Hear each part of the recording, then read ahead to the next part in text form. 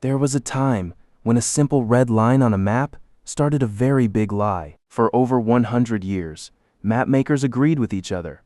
They looked at the center of Europe, they looked at the land called Poland, and they decided something extraordinary. They decided this country did not exist. For 123 years, their maps showed an impossible void, a country erased, a homeland gone. Its people were told they were something else. Its land was swallowed. Its story was supposed to end there. But this is not a story about disappearance. This is a story about a people who were told they didn't exist and refused to listen. The story begins in a forest, not a storybook forest, a cold, vast, thick forest in northern Europe. Imagine this place 1,500 years ago. Tribes live here, scattered and strong. They are the Slavs. They speak a common tongue. They live off the land. They farm, they fight, they trade. But they have no single king, no single flag, no single name. They are just people of the forest. Then, a change comes from the outside. New ideas arrive on horseback and from across rivers. From the west, missionaries bring a new faith, Christianity. From the east, traders bring goods and ambitious warlords. The scattered tribes begin to unite. They form small kingdoms for protection. One of these small kingdoms, led by a duke named Mieszko, made a smart choice. In the year 966, he officially became a Christian. This was not just about faith. This was politics. It connected his people to the powerful kingdoms of Western Europe. It brought laws. It brought a written language. It brought structure. The duke's name was Mieszko, and his son would be called Bolesław the Brave. With that name, the bravery would be tested. Bolesław built upon his father's kingdom. He fought his neighbors. He was crowned the first king of Poland in 1025.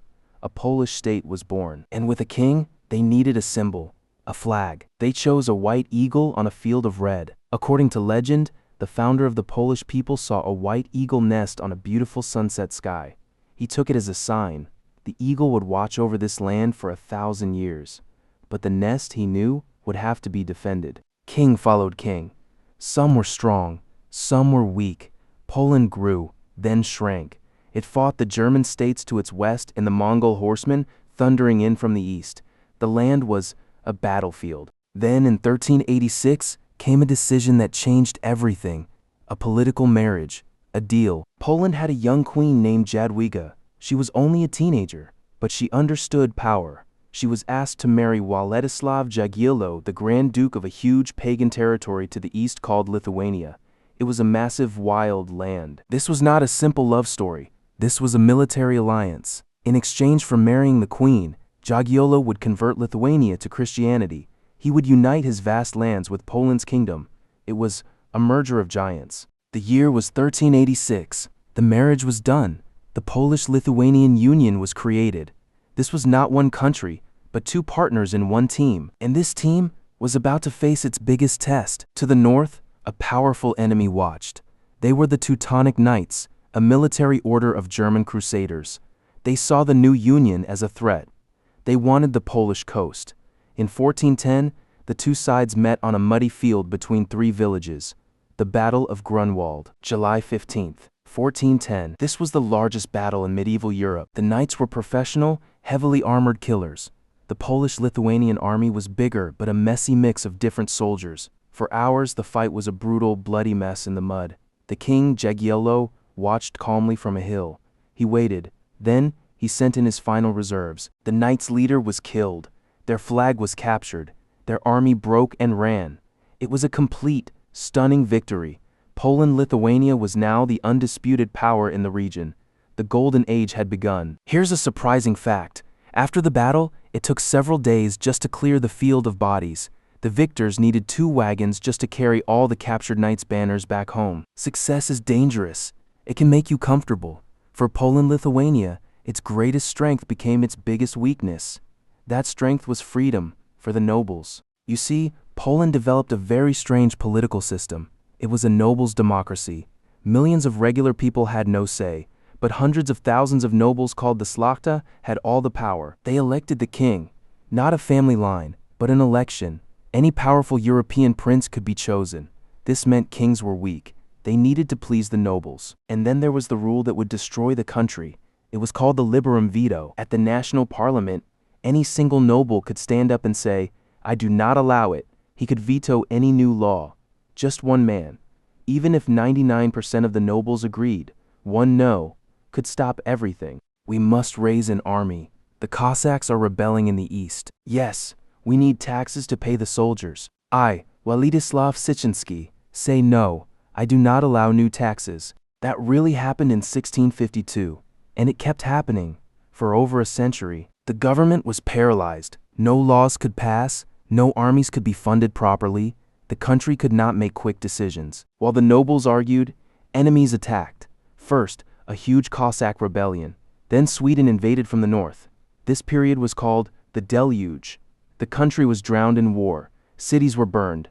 A third of the population died. Poland-Lithuania survived the Deluge, but it was broken. It was poor. Its government was a joke. It was a giant, rich piece of land with a broken lock on the door. And three neighbors noticed the broken lock: Russia, Prussia, and Austria. They watched. They waited. They licked their lips. Before the fall, let's see the glory. During its peak, Poland-Lithuania was a marvel. It was the largest state in Europe in the 1600s. It was called heaven for the nobles, paradise for the Jews, purgatory for the townsmen, and hell for the peasants. A strange place, but a tolerant one. While the rest of Europe fought religious wars, Poland gave refuge to people of different faiths.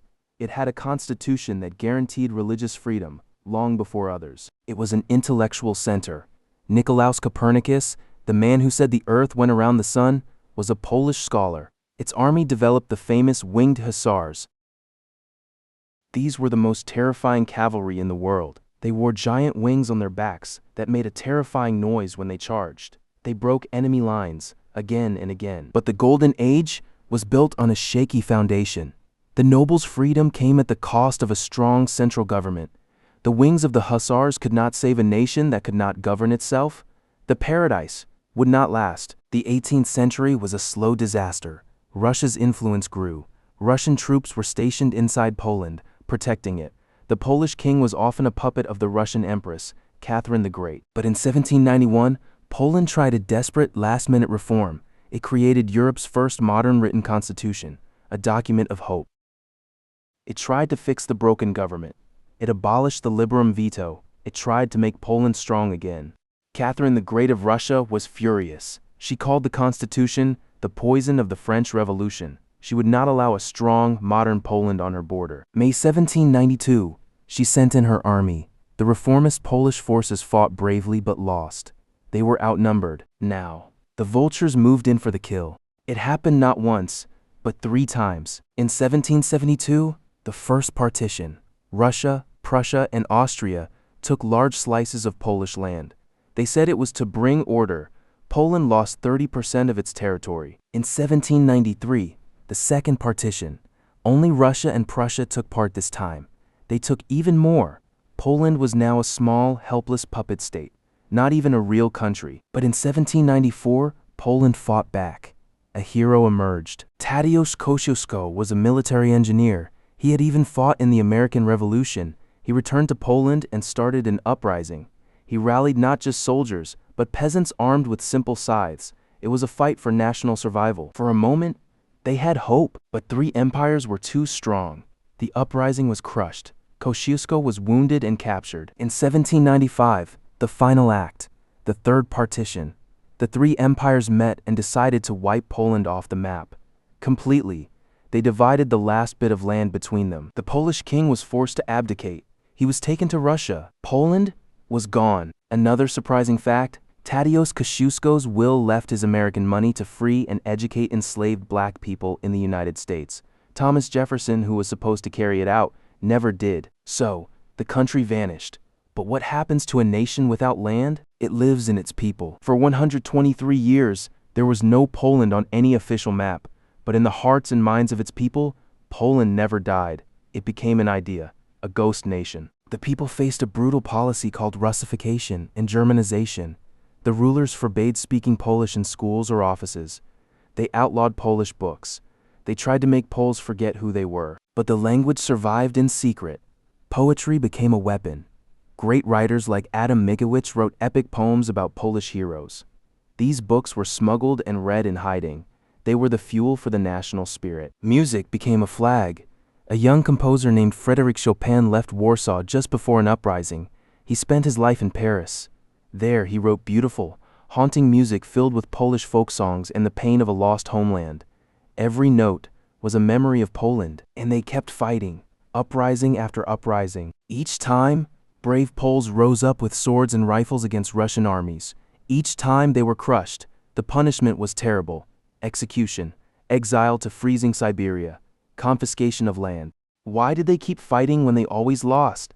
Because they had to prove to the world and to themselves that Poland still existed. The world started to call Poland the Christ of nations, a country crucified, waiting for a resurrection. They waited for a miracle. They waited for a war between their occupiers. The miracle they waited for came, but it was a terrible miracle. It was World War I. For the first time in over a century, the three empires that had eaten Poland, Russia, Germany, and Austria-Hungary, were fighting each other. They were tearing themselves apart. Polish soldiers were forced to fight in the armies of their occupiers. Sometimes, Poles in German uniforms would have to fight Poles in Russian uniforms. It was a nightmare. But as the war ended in 1918, the empires collapsed. Germany lost. Austria-Hungary fell apart. Russia had its own revolution and was in chaos. Suddenly, there was a power vacuum. A space opened up. November 11th, 1918. The guns fell silent. In the city of Warsaw, a man named Józef Piłsudski arrived by train. He was a Polish military leader. He took control. The Regency Council, a temporary authority, gave him all power. They declared him chief of state. After 123 years, Poland was back on the map. It was a dream come true. But the dream was a mess. The new country had 3 different legal systems from its occupiers. It had no clear borders. Its economy was in pieces, and its neighbors wanted more land. The biggest fight came immediately. In 1920, the new Soviet Russia wanted to spread communism to Europe. They saw Poland as the bridge. A massive Soviet army marched west toward Warsaw. It looked like the new Poland would die just after being born. This was the miracle on the Vistula.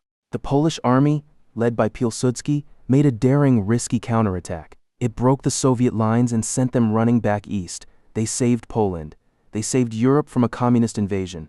For now, Poland had 20 years of peace. Just 20. Then, the nightmare returned. September 1st, 1939, 4:45 a.m. Before sunrise, German battleship shells hit a Polish fort on the coast. Minutes later, German tanks rolled across the border. The Second World War began. Poland was caught between Nazi Germany and the Soviet Union. They had a secret pact to divide Poland again. Poland fought bravely. Its cavalry even charged German tanks in a desperate act. But it was hopeless against 2 superpowers. In weeks, the country was conquered. Again. What followed was the most brutal occupation in European history. The Nazis wanted to destroy Poland forever. They killed its intellectuals, its priests, its teachers. They built death camps like Auschwitz on Polish soil to murder millions of Jews. They tried to wipe out Polish culture completely. From the other side, the Soviets also killed. They executed thousands of Polish officers in a forest called Katyn. Poland became the land of the greatest resistance movement of the war. The Polish Home Army had over 300,000 secret soldiers. They smuggled intelligence to the Allies. They sabotaged German trains. They waited for the right moment to strike back. August 1st, 1944. That moment came.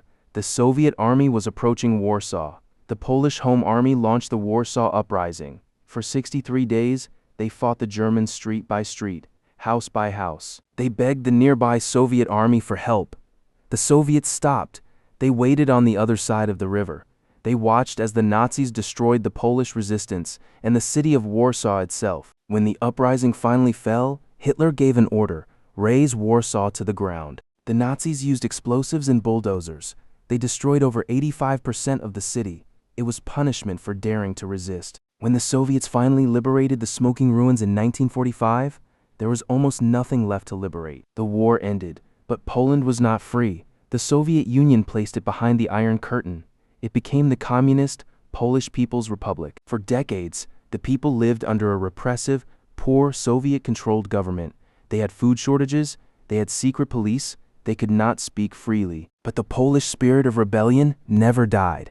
In 1980, something new began in the shipyards of the city of Gdansk. The workers went on strike. But they did not just ask for more money, they asked for a free trade union. They called it Solidarność, solidarity. Their leader was an electrician with a big mustache named Lech Walesa. Solidarity grew like nothing before. 10 million Poles joined, almost a third of the country. It was not just a union. It was a peaceful, national protest against communism. The government panicked. In 1981, they declared martial law. Tanks rolled onto the streets. Solidarity was banned. Walesa was arrested, but the idea could not be arrested. For almost a decade, Solidarity lived underground. It was kept alive by pamphlets, secret meetings, and the support of the Polish Pope, John Paul II, a Pole himself who inspired his countrymen to not be afraid. The pressure kept building. The communist economy was failing. Finally, in 1989, the government was forced to talk to the Solidarity leaders. They held semi-free elections. Solidarity won in a landslide. The Iron Curtain had cracked. The first brick was pulled out of the Berlin Wall, and Poland did it, without a single shot being fired. Look at Poland today. Look at its capital, Warsaw. It is a modern, vibrant European city. It was rebuilt from literal ashes. The historic center was painstakingly reconstructed using old paintings as a guide. It is a symbol of the Polish will to survive. Poland is a member of NATO and the European Union. Its economy is strong. It has gone from a victim of history to a key player in European security. But its history is not forgotten. It lives in the memory of the uprisings. It lives in the music of Chopin. It lives in the poetry learned in secret. It lives in the courage of the Home Army and the peaceful persistence of Solidarity. The lesson of Poland's history is not about military genius or great wealth. The lesson is about identity. It asks a question. What is a country? Is it just lines on a map drawn by kings? Or is it something deeper, a language, a memory, a shared story that lives in its people, even when the maps say they don't exist? For 123 years, Poland was the answer to that question. A country is an idea, and ideas are unkillable. Remember the map makers? The ones who agreed the country in the center of Europe was gone? Who drew their lines and wrote their labels and thought that was the end of the story? They were wrong. They were wrong because they did not understand the stubborn, beautiful, heartbreaking truth that Poland proves. You can erase a name from a map. You can silence a language in a school. You can burn a city to the ground. But you cannot erase a people who remember their story. A country can vanish for 123 years and still come home.